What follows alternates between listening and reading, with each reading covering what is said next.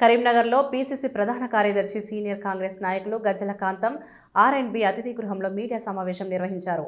Municipal ఎన్నికల్లో ప్రజలు కాంగ్రెస్ పార్టీకి అండగా ఉండి సరైన తీర్పు ఇచ్చారు.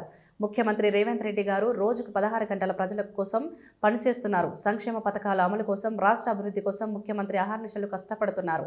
Telangana SC, ST, BC, OC, minority అన్ని వర్గాల ప్రజల పోరాటాన్ని గుర్తించి తెలంగాణ ఖచ్చితంగా ఇవ్వవలసి ఉంటుందని గుర్తించి సోనియా గాంధీ తెలంగాణ ఇచ్చారన్నారు. కేసీఆర్ చేసిన 8 లక్షల కోట్ల అప్పులకు వడ్డీలు కడుతూ తెలంగాణ ప్రజలకు ఇచ్చిన హామీలను నెరవేర్చడం కోసం ఎంతో శ్రమిస్తున్నారన్నారు. ఈ దేశం గురించి, దేశ ప్రజల గురించి మాట్లాడే అర్హత బీజేపీ, ఆర్ఎస్ఎస్కు లేదు అని హెచ్చరించారు. ఈ సమావేశంలో కాంగ్రెస్ నాయకులు ఆకరపు భాస్కర్ రెడ్డి, ఆకుల ప్రకాష్, గడ్డం నాగరాజు, కేదాశు ప్రభాకర్, గజ్జల ఆనందరావు, ఎండి సలీముద్దీన్, ఎర్ర శ్రీనివాస్, సుద్దాల లక్ష్మణ్, సముద్రాల అజయ్, మైసన్ మనోహర్, చొప్పదండి సత్యం, చామనపల్లి చంద్రశేఖర్, గొస్కి శంకర్, కోండ్రా స్వరూప తదితరులు పాల్గొన్నారు.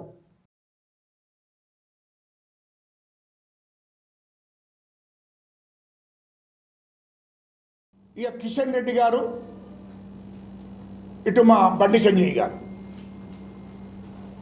మొత్తం ఈ రాష్ట్రానికి మొన్న సిగ్గు ఉండాలి మాట్లాడడానికి. ఇక వీళ్ళు బీజేపీ వాళ్ళు వస్తేనే హిందువులు పుట్టినట్టు,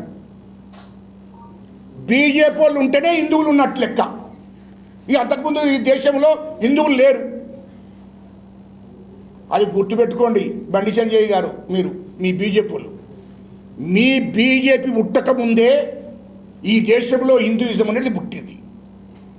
ఒక్క వేలేళ్ల కిందటే ఈ దేశంలో హిందువులు అన్నట్టు ఉన్నారు. లేకుంటే మీరు రాగానే, లేకుంటే మీరు పుట్టినాకనే ఈ హిందువులను మీరు చెప్పాల్సిన అవసరం లేదు. ఏమున్నా డెవలప్మెంట్ లేదు, మీరు తీసుకొచ్చేది ఉరగబెట్టేది కూడా ఏమి లేదు. ఏమున్నా హిందూ అనే ఒక పేరును వాడుకొని ఈ తెలంగాణ ప్రజలను, దేశంలో ఉన్నటువంటి ప్రజలను మభ్యపెట్టి మోసం చేస్తున్నారు తప్ప ఇంకోటి ఏమీ లేదు. అదొక్కటి తప్ప ఏదన్నా డెవలప్మెంట్ ఉంటే చెప్పండి మీరు. ఈ కేంద్ర మంత్రి గారిని అడుగుతున్నా నేను, బండి సంజయ్ గారిని, ఒక్కడి మీరు ఏమన్నంటే హిందువులు, ఏమన్నంటే హిందువులు, మరి ఏం చేసినా హిందువులకు? నేను అడుగుతున్నా బండి సంజయ్ గారిని, ఏం చేశారు? ఒక్క మేయర్ రాగానే ఎగిసిపోవడు కాదా బాబు?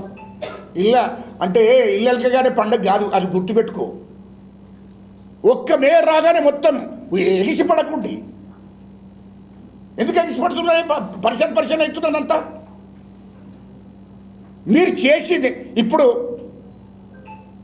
ఆంధ్రప్రదేశ్కు నిధులు ఇచ్చాడు, ఇతర రాష్ట్రాలకు నిధులు ఇచ్చారు, తెలంగాణకు నిధులు ఇచ్చారా? ఏ మొక్క పెట్టుకొని మాట్లాడుతున్నాయి మీరు?